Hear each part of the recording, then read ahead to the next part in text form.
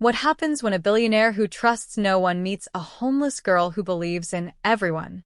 This is a story about broken hearts, unexpected kindness, and the courage it takes to love again.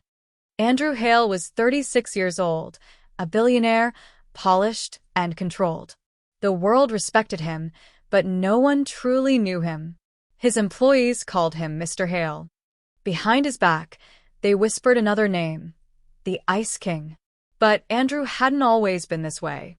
5 years ago, he'd been different, warmer, hopeful, the kind of man who believed in forever. Then he met Vanessa.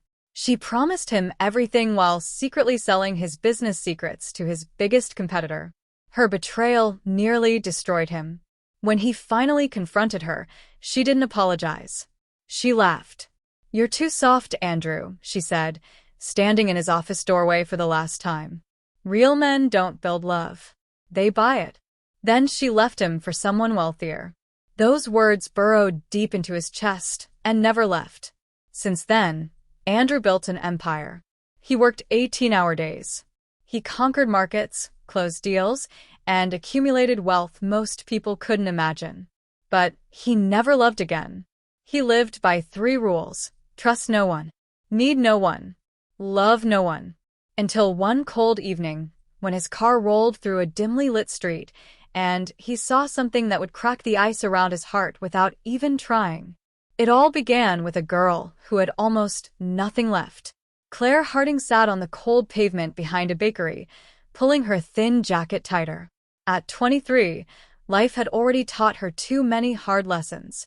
She worked whatever cleaning jobs she could find during the day, offices, storefronts, anywhere that would pay cash. At night, she slept in an unfinished building on the edge of the city. No family, no home, no certainty about tomorrow. But somehow, Claire still carried 2 things everywhere: hope and kindness. That evening, she bought the smallest loaf of bread she could afford and sat alone in the alley, eating it slowly, trying to make it last until morning. "Excuse me, could you spare a little?" Claire looked up. An elderly woman stood there, trembling in the cold, her hands shaking. Claire didn't hesitate. She broke the loaf in half and held it out. "Here. Please eat." The woman's eyes filled with tears. "You don't have enough yourself, child." Claire smiled gently. "I have enough to share." Nearby, in a black car stopped at a traffic light, Andrew Hale watched the entire scene unfold, his eyes fixed on the girl giving away half of what little she had. For the first time in years, something shifted inside him. "Sir?" The light turned green. Andrew didn't answer. He couldn't stop staring at the girl with soft brown hair and tired eyes that still carried kindness despite everything weighing on her. He watched her help the old woman sit, watched her smile even though exhaustion was written across her face. "Find out who she is," Andrew said suddenly. His driver blinked. "Sir, just do it." But when the driver stepped out, Claire had already disappeared into the maze of alleys like a shadow. Andrew felt something unfamiliar: disappointment. That night, he stood by his penthouse window, staring at the city lights with a glass of whiskey in his hand. He kept replaying the scene. The girl. The bread. That simple act of kindness. Why does she matter? He whispered to himself. He wasn't used to caring. He'd trained himself not to let anyone affect him. But she had. A stranger. Andrew didn't know her name, but he couldn't forget her face. 2 days later, Andrew told his driver to take the same route. "It's out of the way, sir," the driver said gently. "I didn't ask if it was convenient." As they passed the bakery, Andrew leaned toward the window, scanning the street. And there she was. Claire swept the sidewalk with an old broom, moving slowly, her movements weak from hunger. Andrew stepped out of the car before he could second-guess himself. She didn't notice him at first. She was too focused on her work. "Excuse me." Claire jumped slightly and looked up. Her eyes widened, not because she recognized him, but because well-dressed men didn't usually speak to her. "Yes." Her voice was soft, cautious. "Do you work here?" No. "I just clean for a small fee. The owner lets me sweep outside." Andrew nodded slowly. She wasn't employed. She was surviving. He reached into his pocket and pulled out several bills. "Take this." Claire stepped back, confused. "What for?" "You helped an elderly woman the other day. I saw you." Her eyes widened again. "You saw that?" Andrew nodded, but Claire shook her head firmly. "Thank you, sir, but I can't take money I didn't earn." Andrew froze. People had taken advantage of him for years, lied to him, used him, betrayed him. But this girl was refusing free money. For the first time in a long time, Andrew felt something close to admiration. Andrew wasn't used to people saying no to him. "Why won't you take it?" he asked. Claire gave him a shy smile. "Because I don't want charity. I just want a chance to work honestly." Those simple words hit him harder than any business negotiation ever had. Andrew slipped his hands into his pockets. "What kind of work can you do?" "Anything," Claire said quietly. "I clean. I cook a little. I need something stable." Something softened in Andrew's chest. "Come work for me." Claire's breath caught. "What?" "I need help in my home. You'll have a room, food, and a salary." Claire shook her head slowly. "Sir, I don't know you. Why would you offer a stranger something this big?" Andrew hesitated. Even he didn't have a clear answer. "You helped someone when no one was watching," he said finally. "That tells me more about you than any resume could." Claire looked down at her worn shoes. Her life had been nothing but hardship. This offer sounded like a miracle, but miracles always scared her. Still, she nodded slowly. "I'll try." Andrew almost smiled. Almost. The next morning, Andrew's driver picked her up at the bakery. Claire stood clutching her small bag, one change of clothes, a toothbrush, and nothing else. When the black car stopped in front of her, fear washed over her. "Are you sure this is okay?" she whispered to herself. The driver stepped out with a kind smile. "Miss Claire? I'm here to take you to Mr. Hale's residence." The drive felt surreal. The city transformed around her. Cleaner buildings, quieter streets, manicured trees. Claire pressed her face to the window like a child seeing magic for the first time. Then they entered a gated community so beautiful, it didn't feel real. When the car stopped, Claire stared at the mansion before her. 3 stories. Glass walls. Trimmed gardens. A fountain taller than she was. "People really live like this?" she breathed. Inside, everything glowed. Marble floors reflected warm lighting. Art hung on walls, pieces probably worth more than she'd earn in 10 lifetimes. Andrew appeared at the top of the staircase. The moment Claire saw him, tall, composed, intimidating, her stomach knotted. What was she doing in a place like this? But Andrew's expression softened slightly when he saw her. "You're here." "Yes, sir." "Welcome." It was the first kind word someone with power had spoken to her in years, and it left her breathless. Claire learned her duties quickly. Andrew had a full staff, but he insisted she handle personal tasks, organizing his study, arranging his books, setting his breakfast table. He watched her sometimes. Quietly, curiously, conflicted. There was something different about her. She worked with sincerity, not fear. She never asked for favors or tried to impress him. She was simply kind. But Andrew refused to let the warmth growing in his chest show.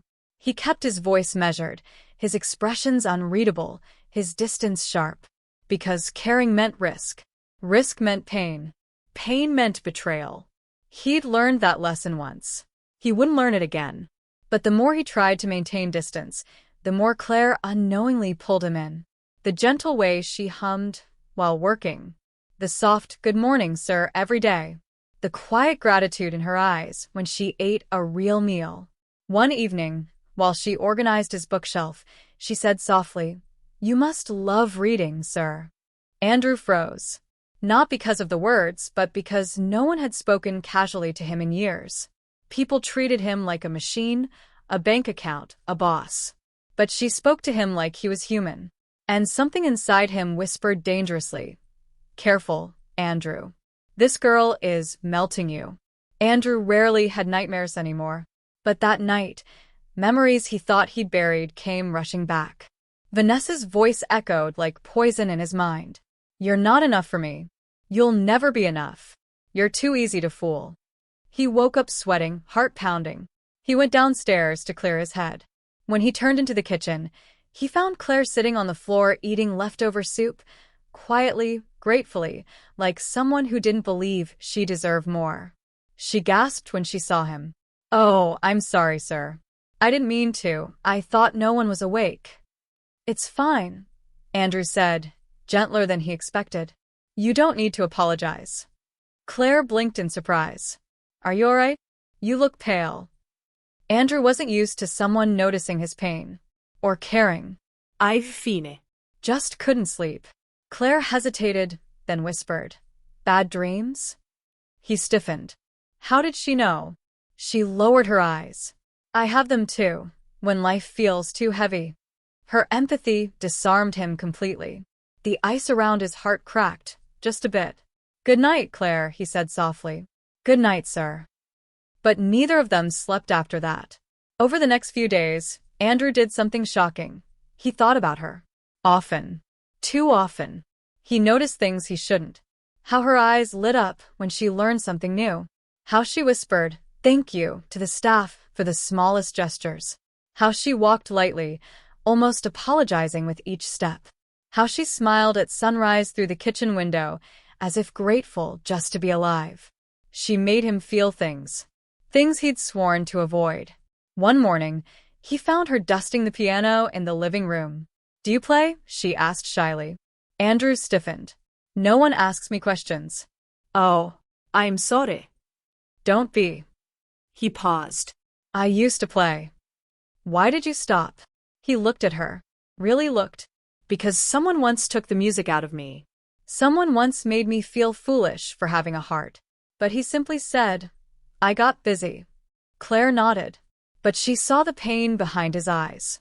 People with broken hearts recognized each other easily. That evening, rain poured heavily. Claire finished tidying the living room and headed back to her quarters. But halfway there, she slipped on the wet tiles and cried out. Andrew, passing by, heard the sound. He rushed outside without thinking. She was sitting on the ground, holding her ankle. "Claire, are you hurt?" His voice came out sharper than he intended, fear bleeding through. "I slipped, sir." "I'm okay." "I just need a minute." But she winced when she tried to stand. Without hesitation, Andrew bent down and lifted her into his arms. Claire froze. "Sir, this isn't necessary." "Stop. Let me help." She wrapped her arms around his neck instinctively as he carried her inside. His heartbeat was too loud. Her breath was too warm. Their closeness too dangerous. He set her gently on the couch, his hands lingering a second too long. "I'll get the first aid kit," he said quietly. But as he walked away, he whispered something to himself he hadn't said in 5 years. "Please don't let me feel this." Because falling for her would be the most dangerous thing he'd done since Vanessa. But the heart doesn't always listen to fear. Andrew wrapped Claire's ankle with careful precision. He tried to keep his hands steady, tried to keep his expression neutral, but each time she winced, he felt it like a bruise in his chest.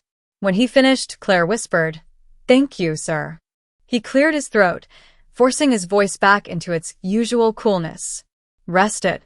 Don't put weight on it for a day or two." "Yes, sir." As he stood to leave, she said something unexpected. "Why are you so kind to me?" Andrew froze. He wanted to say he wasn't. He wanted to say she was imagining things. He wanted to say he didn't care. But none of those words came. Instead, he turned slightly. "Because you deserve kindness." Her breath caught. No one had ever said that to her. Not in years. Maybe not ever. When Andrew returned to his room, he felt something unsettling. He wanted to protect her. He wanted to be near her. He wanted. No. He can't want that. "Don't be stupid," he muttered to himself. "She works for you. That's all." But the lie was already cracking. Andrew arrived at his office the next morning to find a familiar silhouette in the lobby. Vanessa. She stood up, her smile sharp and practiced. "Andrew, it's been a long time." His stomach tightened. "What are you doing here?" "Relax," she purred. "I'm not here to hurt you. I came to apologize and to congratulate you. You've done well for yourself. Andrew clenched his jaw. The last time she'd congratulated him, she'd nearly destroyed everything he'd built. I'm busy. But Vanessa stepped closer. Her perfume, once something he'd loved, now felt suffocating. Don't be like that, Andrew. I made a mistake. I want to fix things between us. He stared at her, cold and unmoving. There's nothing to fix. Vanessa's eyes darkened. You've changed. I had to. She smirked. Some wounds don't heal, Andrew. You, of all people, know that. As she brushed past him, she whispered something that sent ice through his veins. I hear you hired a little housekeeper. Interesting choice. Andrew stiffened. How did she know about Claire? And why did he suddenly feel fear clawing at his chest? That evening, Andrew came home distracted. His encounter with Vanessa had unsettled him more than he wanted to admit. Claire noticed immediately. Long day. Andrew looked at her, really looked, and something softened. Long and irritating. Claire smiled sympathetically and handed him a cup of warm tea.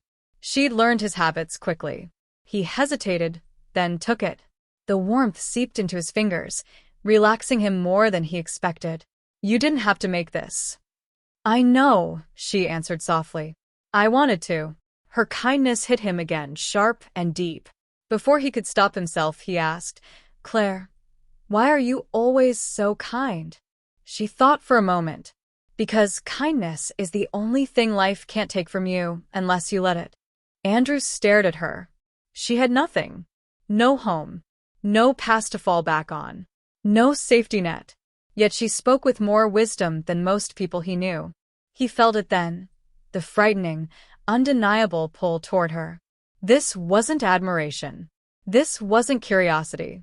This wasn't gratitude. This was something deeper. He stood abruptly. Good night, Claire. Before his heart could betray him further. Over the next few days, Andrew avoided Claire. He kept his office door closed. He left early. Came home late. Spoke less. Looked away when she entered the room. He wasn't being cruel. He was protecting himself.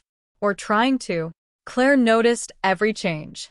She felt it like cold wind seeping through cracks. Had she done something wrong? Did he regret hiring her?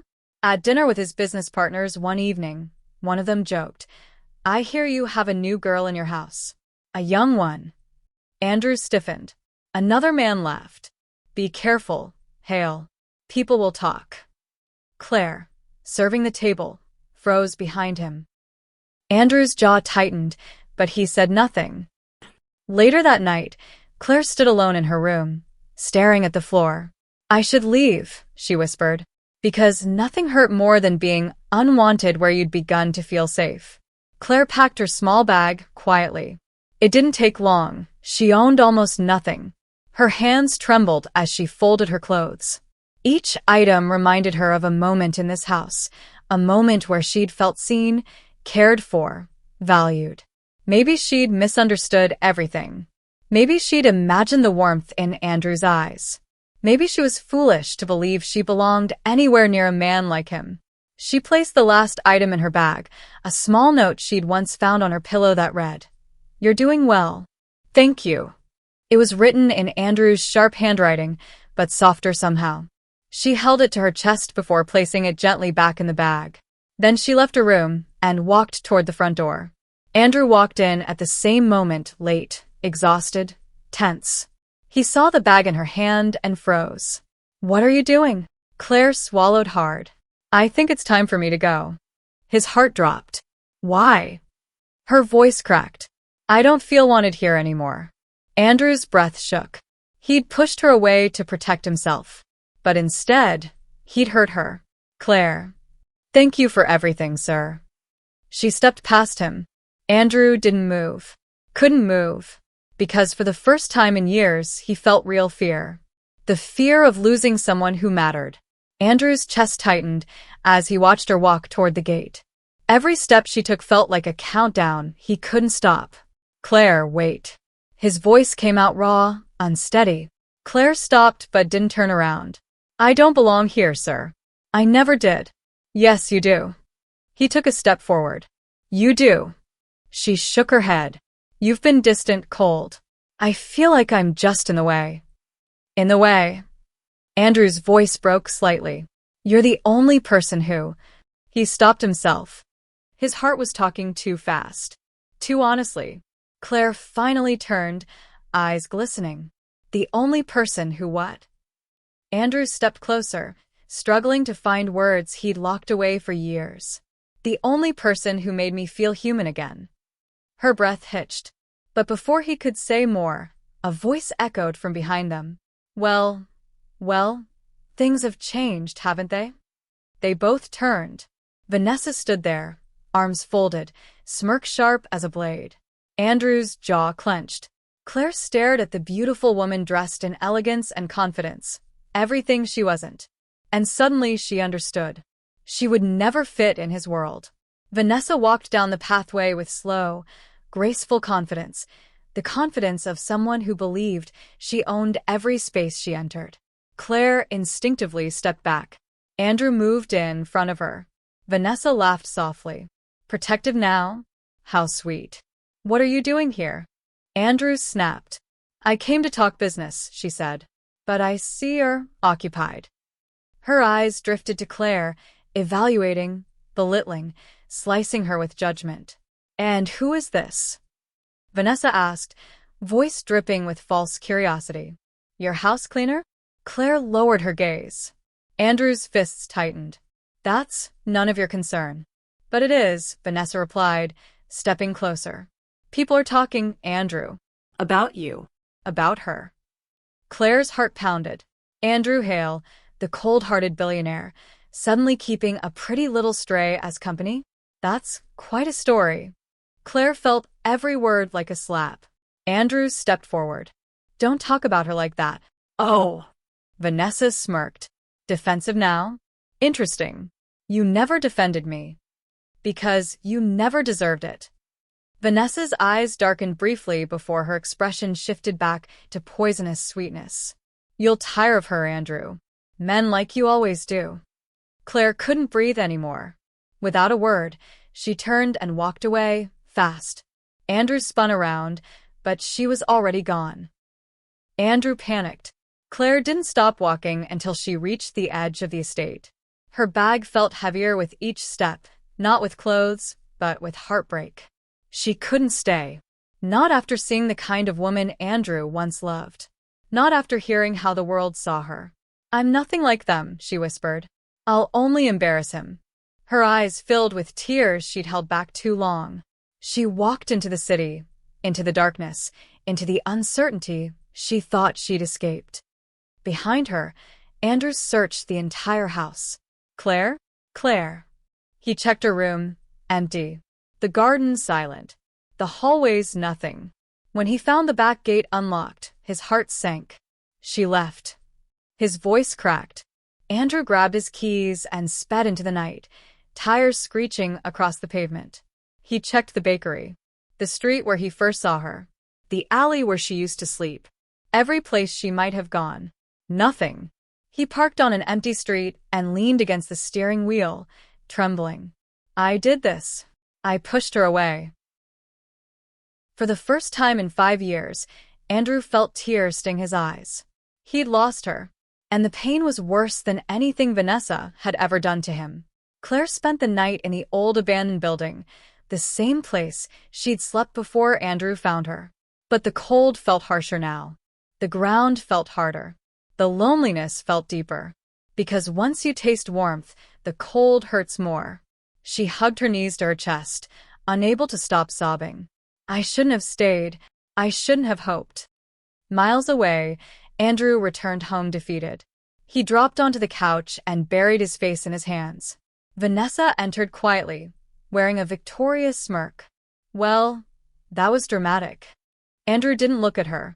Get out. Vanessa blinked. What? I said get out. She laughed in disbelief. Andrew, you're upset. You don't. He stood up slowly, eyes burning with fury. Get out. Of my house. Vanessa's jaw tightened. You'll regret choosing her over me.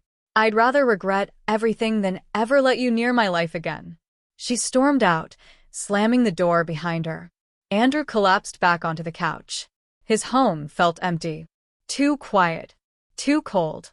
It had never felt like this before, Claire. He whispered into the silence. Where are you? The next morning brought heavy rain that mirrored the turmoil inside both of them. Claire walked the streets aimlessly, soaked, exhausted, shivering. Every step felt heavier than the last. She had no umbrella. No dry clothes. No money for food. No place to go. But she kept walking because stopping meant facing the ache inside her. Andrew drove through the storm, scanning every sidewalk, every bus stop, every shelter. Then he saw something that made his heart stop, a small figure sitting under a broken awning, drenched, hugging a thin jacket to her chest. Claire. Andrew slammed the brakes and rushed out into the rain. Claire. She looked up slowly. Her eyes widened, pain, relief, fear, and something else all battling inside her. Sir, you shouldn't be here. He knelt in front of her, rain pouring down his face. I'm here because you are. Tears mixed with rain as her voice trembled. I'm not good enough for your world. Andrew shook his head, voice breaking. Claire, you're the only good thing in mine. The rain kept falling. So did their walls. Andrew gently helped Claire to her feet and guided her into the car. She was trembling from cold, exhaustion, and confusion. Inside, the heater warmed the air, but silence sat heavily between them. Finally, Claire whispered, You shouldn't have come for me. Andrew turned to her, eyes filled with emotion he could no longer hide. I should have come sooner. Claire looked down. People will talk, sir. Women like her will judge me. I can't be the reason your name gets dragged through rumors. Andrew exhaled slowly. I spent years caring what the world thinks. It never brought me happiness. He reached for her hand, hesitantly. She didn't pull away. Claire, I pushed you away because I was scared. Scared to care again. Scared to feel anything after what happened. She swallowed. Because of her? Because she broke me, he said. But you softened me. Claire's eyes shone with unshed tears. Why me? Because you're real, he said. And everything about you makes me want to be better. Her breath caught. He squeezed her hand gently. Please come home. And from that moment, the word home felt safe again. Back at the mansion, Claire stood in the doorway, hesitant. Something felt different, lighter, yet terrifying. Andrew stayed close, afraid she might disappear again. You should rest, he said softly. You're exhausted. But Claire shook her head. Andrew, if I stay, things will change. People will judge. They'll say I'm only here because I need a place to live. His voice hardened, not coldly, but protectively. You're here because you matter to me. That's the only reason. Claire stepped back slightly, overwhelmed. No one has ever said that to me.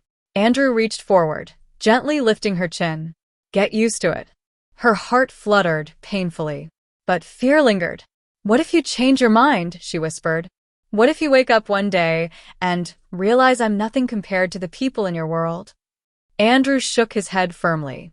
Claire, look at me. She met his eyes. You are everything I didn't know I needed.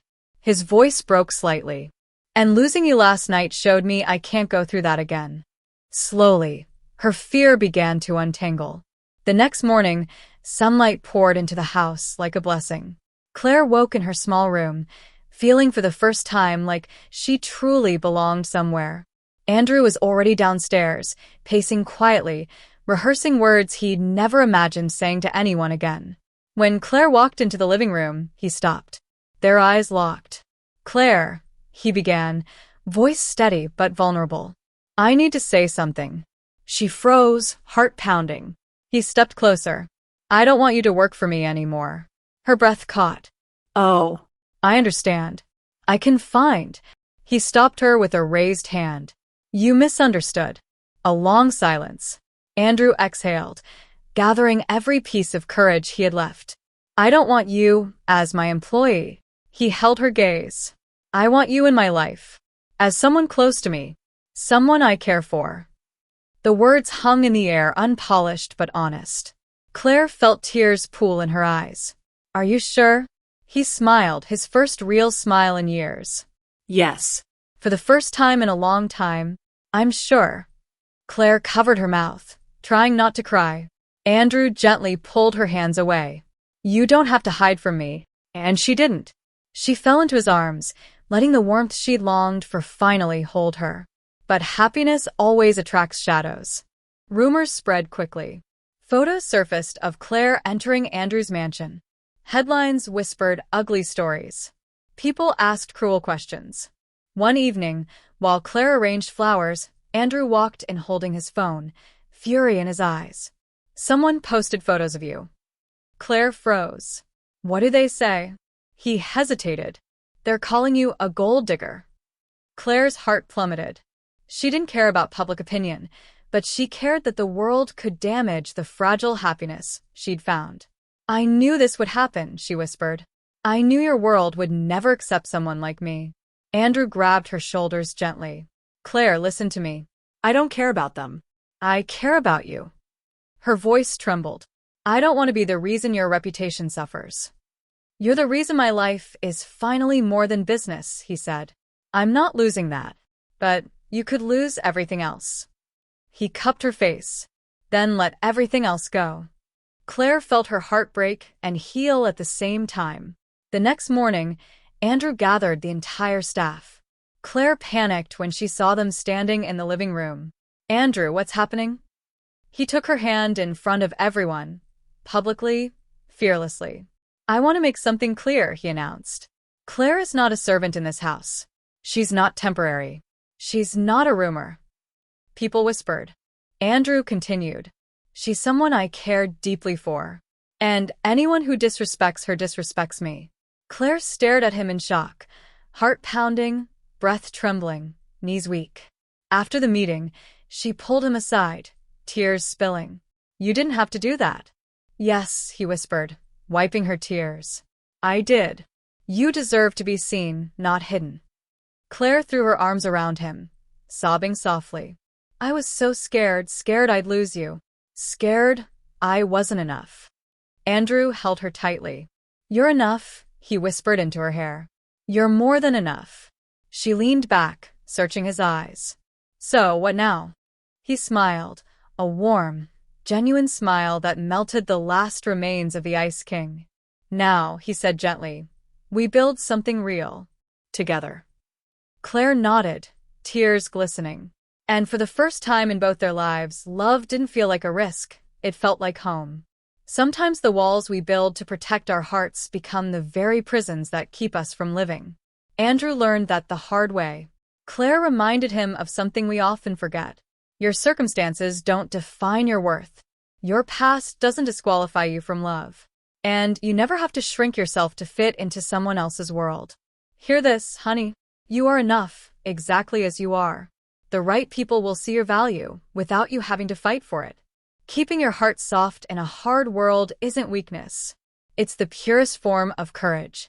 Just like Claire, don't stop believing you deserve kindness, even when life tries to convince you otherwise. For more stories like this, hit that subscribe button, like, and share this with someone you pray finds love soon. Now let me ask you, if someone is afraid to love again because of past betrayal, just like Andrew is, what's the one piece of advice you'd give them? Drop your wisdom in the comments. Let's inspire each other.